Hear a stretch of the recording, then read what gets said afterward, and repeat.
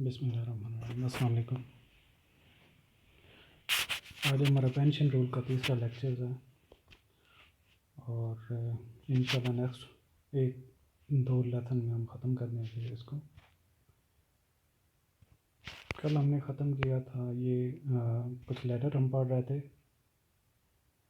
जो पेंशन में रिवीजन के हिसाब से चल रहे थे। आपने इनको याद इस हिसाब से करना कि 3-4 ये लेटर हैं, इनको डेट वाइज आपने लिख देना और हर एक की पॉलिसी के किस लेटर में किस पेंशन की कितने % इंक्रीज़ हुई है, ताकि वो आपको याद भी रह सके।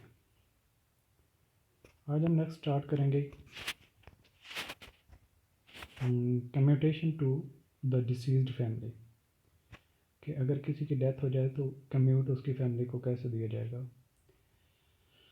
The family of the deceased government servant who after having retirement on invalidation by medical board, कि अगर किसी की मेडिकली कोई प्रॉब्लम हुआ और वो सर्विस से रिटायर्ड हुआ बट कुड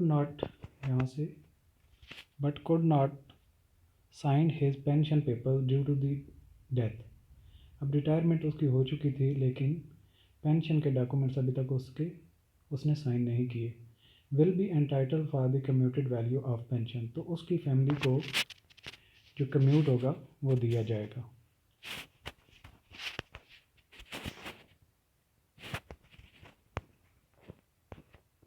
लेटर के नीचे अथॉरिटी थी, वो भी आपने याद कर लेनी है, अगर याद हो सके तो, ज़रूरी नहीं है। Grant of commutation to the widow of government servant compulsory retired from government servant but expired before signing the pension commutation claim. अब अगर किसी ने कोई मिसकंडक्ट किया है या वो CSR जो है सिविल सर्विसेज रेगुलेशन के हिसाब से एफिशिएंट नहीं रहा या कोई भी उसके साथ प्रॉब्लम हो गया और गवर्नमेंट उसको कंपल्सरी रिटायर्ड कर देती है और वो रिटायर्ड हो के चला जाता है लेकिन अभी तक अपने पेंशन के डॉक्यूमेंट साइन नहीं करता, तो उसके साथ कैसे केस होगा ज़रा रीडिंग कर लेते हैं यहाँ से। The family of the deceased government servant who after having compulsory retired could not sign his pension papers due to the death will be entitle for the commuted value of pension. यानी कि पहले हमने क्या पढ़ा था, अगर किसी का मेडिकल बोर्ड वगैरह हो जाए तो भी उसकी और उसने पेपर अभी तक साइन ना किए हों तो कम्यूट जो है उसकी फैमिली को मिलेगा। अब इस केस में हमने पढ़ा है कि अगर कोई कंपल्सरी रिटायरमेंट पे चला जाता है और अभी तक वो अपने पेंशन के डॉक्यूमेंट साइन नहीं करता तो कम्यूटेशन उसकी जो बेवा है उसको भी मिलेगा। इसके बाद आता है transportation of dead body of the deceased government servant by road. Actual cost basis but not exceeding ₹20 per km with effect from 2006।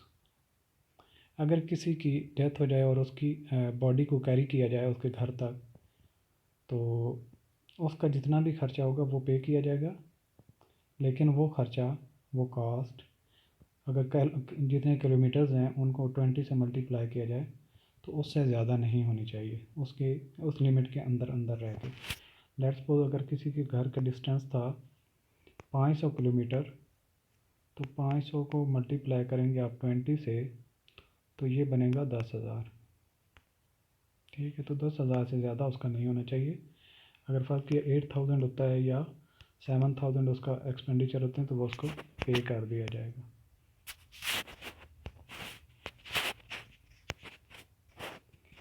इसके बाद आता है grant of increase in pension to civil pensioner retired armed forces personnel WF। ये है 1 जुलाई 2006 से। ये भी letter है कि जो रिटायर्ड हुए थे मई 1 1977 से पहले के उनको 20% मिलेगा और जो आफ्टर 1 मई 1977 रिटायर्ड हुए थे उनको 15% मिलेगा और वो गवर्नमेंट सर्वेंट जो 30 जून 2006 या उसके बाद रिटायर्ड हुए थे उनको 15% पेंशन में इंक्रीज़ मिलेगा। इसके बाद है grant of commutation to the widow of government servant retired on invalidation by medical board but expired before signing the pension commutation claim. जी हम पहले पढ़ चुके हैं, वही बात है, रिपीट हुई है I think. Grant of commutation to the widow of government servant compulsory retired from government service but expired before signing the pension company, ये भी पहले हम पढ़ चुके हैं। इसके बाद आ जाता है revitalisation of the critical services institutional response to secretariat violence against government official. यानी कि अगर किसी पे जो फ़िरका वारियत का तसादम की वजह से किसी की डेथ हो जाए तो उसको क्या कुछ मिलेगा, इसके बारे में ये रूल है।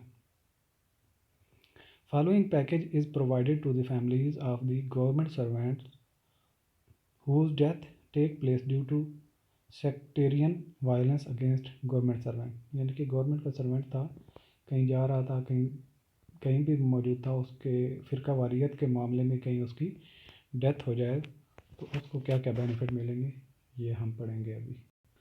Number 1, accommodation. The family of the deceased government servant will continue living in the government accommodation till the deceased would have reached the age of superannuation had he not died। यहाँ तक आप देखें तो कि जो डिसीज़्ड है, जो फौत हो गया, उसकी जो फैमिली रह रही है जिस घर में, तो वो जब तक उस जो डिसीज़्ड है, जो गवर्नमेंट सर्वेंट जिसकी डेथ हो चुकी है, जब तक उसकी 60 साल की एज नहीं हो जाती, भले वो मर चुका है 50 साल की उम्र में, तो 10 साल के बाद वो सुपर एनुएशन की एज तक पहुंचेगा। तो जो 10 साल का गैप रह गया था उसको जो गवर्नमेंट की अकोमोडेशन है वो अलाउड की जाएगी। उसके बाद आता है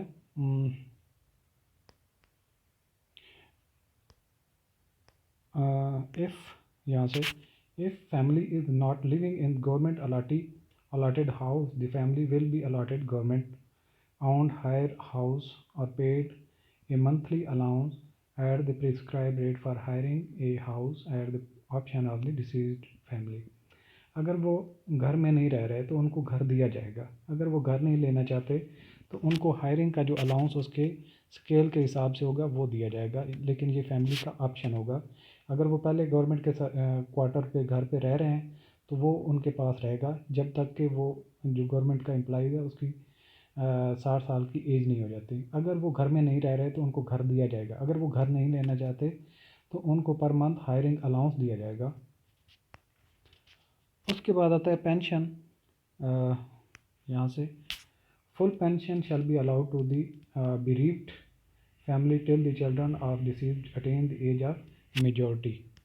यानी कि उनको जो है पेंशन दी जाएगी उस वक्त तक जब उनके बच्चे 18 साल की एज तक नहीं पहुंच जाते। उसके बाद ये लास्ट वाला है lump sum grant 0.5 million to the family of the deceased government servant within 30 days of his death। यानी अगर उसकी डेथ हो जाए और डेथ से 1 महीने के अंदर अंदर उसको 5 लाख की ग्रांट दी जाएगी, जिसको लम्प सम ग्रांट कहेंगे। और ये फ़िरका वारियत की वजह से डेथ होने के केसेस में बेनिफिट उसको मिलेंगे। अकोमोडेशन का पढ़ा हमने, पेंशन का पढ़ा और हमने लम्प सम ग्रांट का पढ़ा। इन तीनों में अकोमोडेशन का जैसे बताया था कि अगर उसके पास घर है तो सुपर एनुएशन की एज तक उसके पास घर रहने दिया जाएगा, वरना उसको अलाउंस दिया जाएगा। पेंशन जो है जब तक उसके बच्चे 18 साल की एज तक नहीं पहुंच जाते दिया जाएगा। इसके अलावा लम्प सम जो है ग्रांट वो 5 लाख दी जाएगी। इसके बाद आता है employment. Either the spouse or one child of the deceased government servant shall be given employment provided he is qualified for the post। यानी कि अगर उसकी स्पाउस होती है, अगर मेल सर्वेंट था तो उसकी बीवी जो है उसकी स्पाउस होगी, और अगर फीमेल सर्वेंट थी तो उसका हस्बैंड उसका स्पाउस होगा। तो अगर डेथ हो जाती है गवर्नमेंट सर्वेंट की तो उसकी स्पाउस यानी उसकी मिसेज अगर उसके पास एजुकेशन है तो उसको जॉब दी जाएगी। अगर उसकी एजुकेशन नहीं है या वो जॉब नहीं करना चाहती तो उसके बेटे को जॉब दी जाएगी। इसके बाद सेकंड है education free education to the children of the deceased up to the age of 25 years. अगर उनकी डेथ हो जाती है गवर्नमेंट सर्वेंट की, तो उसके जो बच्चे हैं उनको 25 साल तक फ्री एजुकेशन दी जाएगी। उसके बाद है health, free health facility to the family of the deceased government servant up to the age of 20 years. Medical की फैसिलिटी 20 ईयर की एज तक बच्चों को मिलती रहेगी।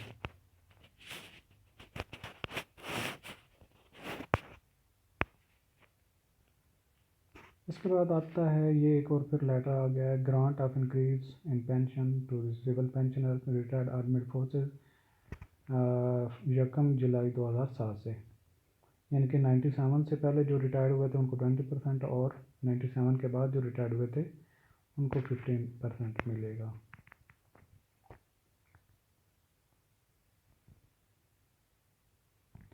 For the purpose of admissibility of the increase in pension sanctioned, the term pension means pension being drawn, जो pension वो ले रहा हो, इस increase से ये मतलब the increase will also be admissible on the family pension as well as on the compassionate allowance under civil services rules 353।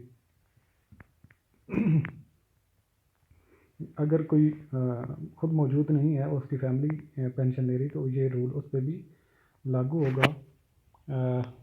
Point number 4 है, the increase in pension will not be admissible on special additional pension allowed in लिeu of the retirement early allowance. यानी कि अगर उसकी pension allowance के अलावा कोई allowance है, जैसे कि अर्ली अलाउंस, जैसे वो जजेस वगैरह को मिलता है, तो उस पर ये चीज़ लागू नहीं होगी जो इंक्रीज़ होगा। लास्ट पॉइंट है, in case of re employed pensioner the increase in pension shall not be admissible to them during the period of their re employment. अगर फ़र्ज़ किया किसी की एज थी 15 ईयर्स, ठीक है जी, और उसने जॉब शुरू कर दी, 25 साल गुजरे तो वो 40 साल का हो गया, 40 साल पे उसको पेंशन तो मिलना शुरू हो गई। अब वो क्या करता है कि दोबारा 41 ईयर पे पहुंचता है तो दोबारा जॉब शुरू कर देता है। अब इस जॉब की उसको पेंशन मिल रही है, यहाँ पे 41 पे से उसने दोबारा कोई जॉब गवर्नमेंट की स्टार्ट कर दी। अब ऐसा बंदा जब तक 60 साल तक चला जाता है तो इसको बेनिफिट जो हैं इंक्रीज़ के इस नई नई सर्विस जो वो स्टार्ट करता है उस पर मिल रहे होते हैं, इसलिए जो उसकी पहली पेंशन होती है उस पर ये इंक्रीज़ वगैरह नहीं लगेगा।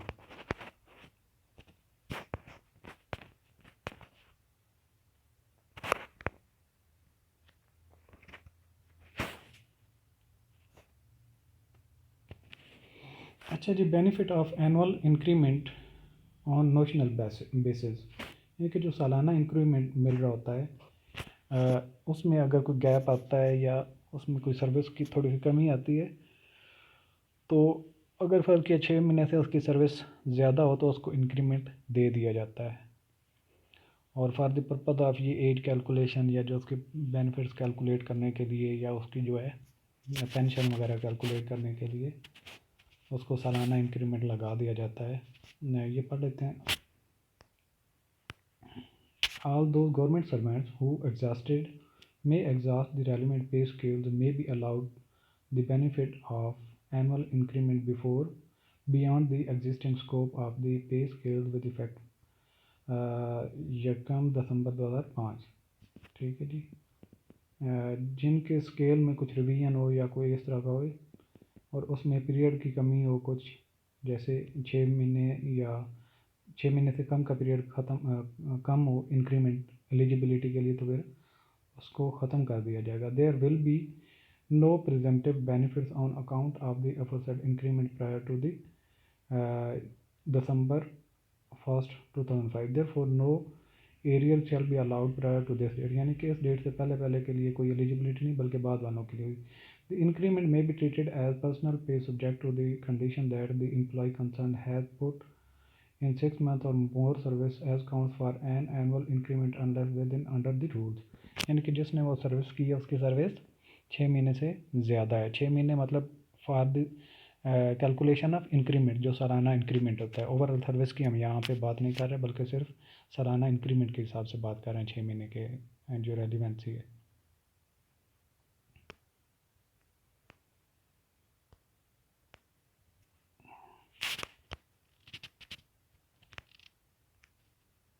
The amount of the personal pay may not be reduced but treated as part of the pay scale of the concerned government servant for the purpose of fixation of pay, pension and recovery of house rent etc.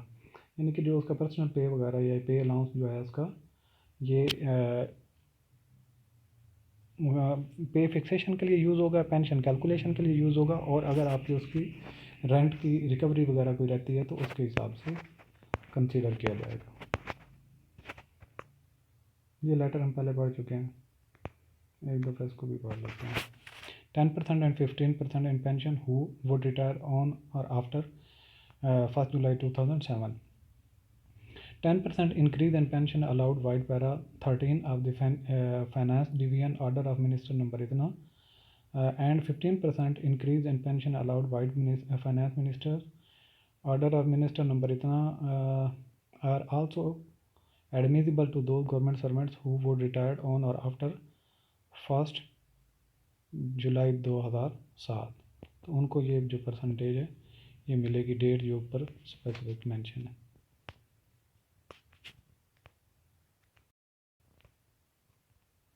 ये जी office memorandum है, clarity के लिए आते हैं आप office memorandums.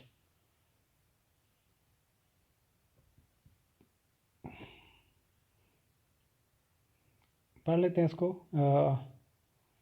Policy guidelines for the payment of pension contribution, यानी कि जो पेंशन के लिए कंट्रीब्यूशन होता है किया जाता है गवर्नमेंट एम्प्लॉई से और उनको पेंशन दी जाती है, तो केस वेरी करता है। अगर फर्ज किया एक गवर्नमेंट का सर्वेंट ऑटोनमस बॉडी में चला जाता है या ऑटोनमस बॉडी का बंदा जो है वो गवर्नमेंट सर्वेंट में आ जाता है, सर्विस में आ जाता है, तो उस तरह का मामला क्या होगा। ऑटोनमस ऑर्गेनाइजेशंस वो होती हैं जो सेमी गवर्नमेंट टाइप होती हैं, जो फेडरल गवर्नमेंट के डायरेक्ट अंडर नहीं आती बल्कि उनकी एक अलग से बॉडी होती है और उनके अपने रूल्स एंड रेगुलेशन वगैरह होते हैं, लेकिन काउंट किसी हद तक वो सेमी गवर्नमेंट की होती है, लेकिन प्योर गवर्नमेंट की नहीं होती, फेडरल गवर्नमेंट के अंडर काम नहीं कर रही होती है। उनकी एक अपनी बोर्ड होता है जिसके अंदर डिसीजंस होते हैं और वो ऑपरेट होते हैं।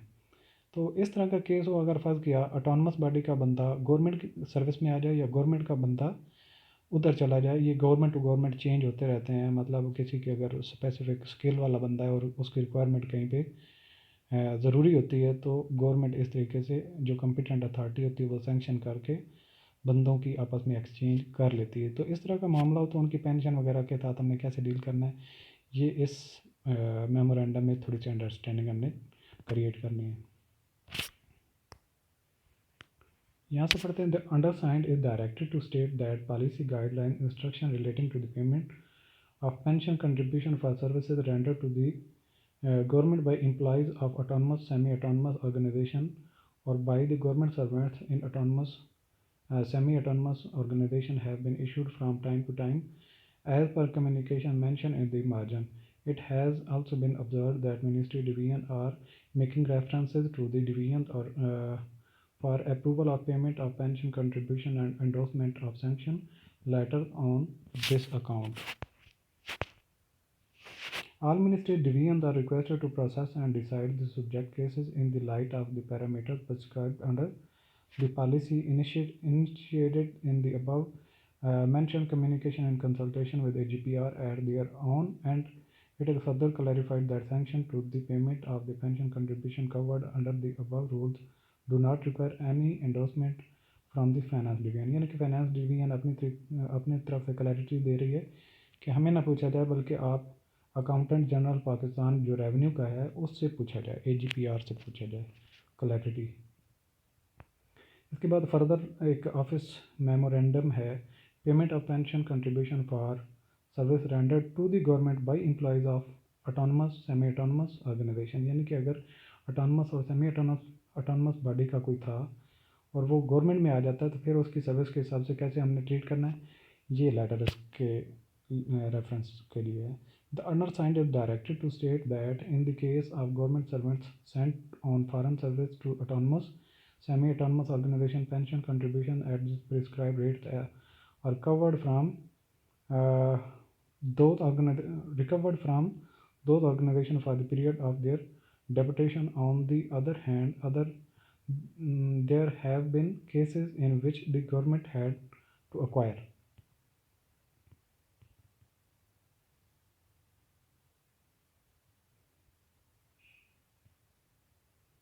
थोड़ी सी मुझे इस पर अंडरस्टैंडिंग कर लेने में मैं आपको समझाता हूँ फिर इस पर।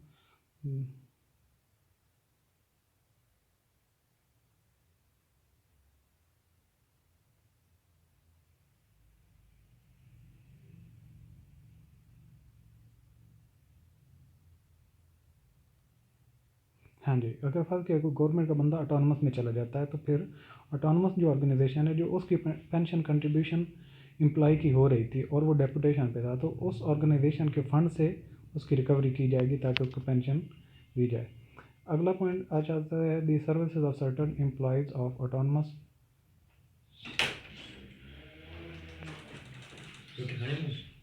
semi autonomous organization for a specified period.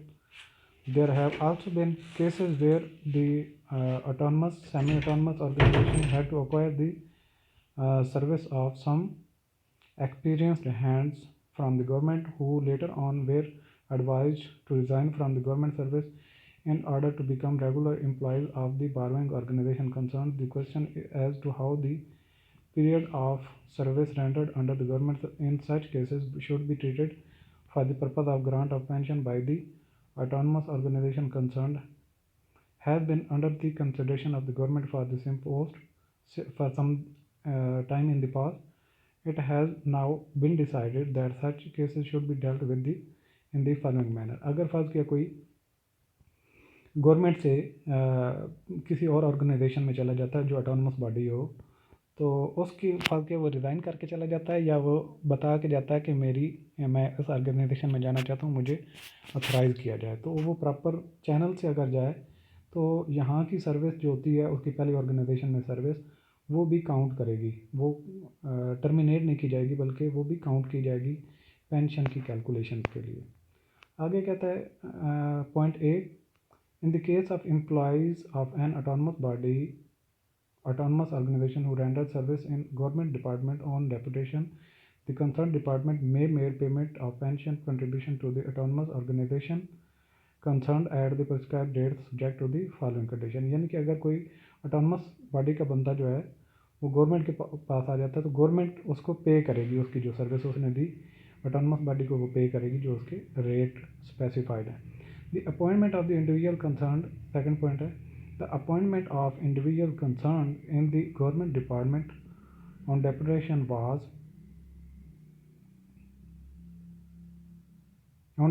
was made with the consent of the head of autonomous organization and with the approval of the competent authority in the government department concerned in accordance with the normal procedure for making such appointment। यानी कि ये जो बंदे की exchange हुई थी जो autonomous body से गवर्नमेंट की तरफ आया था, तो ऑटोनमस बॉडी का जो HOD था, हेड ऑफ डिपार्टमेंट था, उसने भी परमिट किया था और जो रिसीविंग ऑर्गेनाइजेशन थी, जो मिनिस्ट्री थी, उसके भी जो कॉम्पिटेंट अथॉरिटी उसने अप्रूवल दी हुई थी।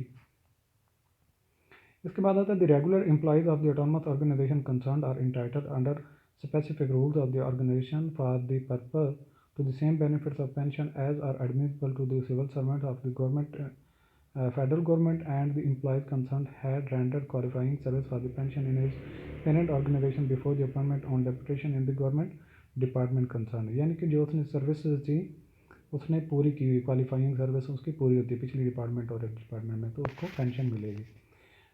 पॉइंट बी है इन the case of government servant who resigns from the public service to take up an appointment in an autonomous semi-autonomous organization as its regular employee, service in which counts for the pension under the rules of that organization, his resignation may not be treated as a resignation of the public service in terms of Article 418 B CSR, and autonomous organization concerned may count government service of such an employee for the purpose of pension and accept the full pension liability. The government department concerned may, however, pay pension contribution to the organization concerned at the prescribed rates in respect of the government service rendered by this said employee. This will be subject to the, तो वही condition हैं कि condition नीचे बताएगा कि अगर कोई resign दे के अगली दूसरी ऑर्गेनाइजेशन में चला जाता है सिर्फ ज्वाइनिंग के लिए ताकि उसकी रेगुलरिटी रहे, तो वो रिज़ाइन काउंट नहीं होगा बल्कि उसकी रेगुलर सर्विस काउंट की जाएगी।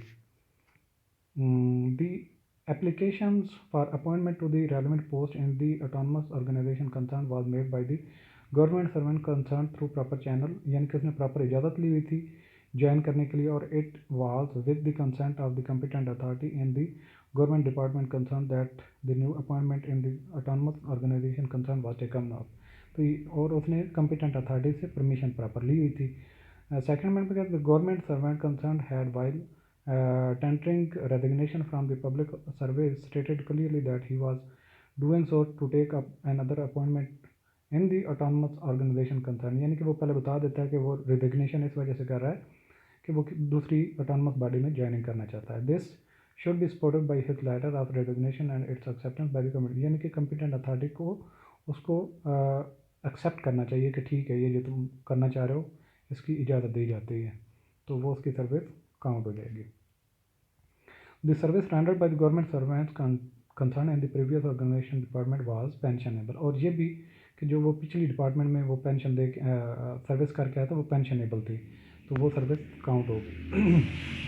These orders will be effective from the date of issue, यानी कि जिस डेट को ये इशू हुआ है ये लागू होगा। They will also cover subject to the conditions specified in para 1 above past cases of those employees of autonomous semi-autonomous organization who have rendered service in government departments and have not proceeded on retirement before the date, यानी कि जो government department से गए थे और अभी तक उधर सर्विस कर रहे हैं, अभी उनकी डेट रिटायरमेंट की ख़त्म नहीं हुई बल्कि अभी भी सर्विस में है, तो उन पर भी ये कानून लागू होगा। यहाँ पे आज के लेक्चर को ख़त्म करते हैं। Thanks for watching. अल्लाह हाफिज़।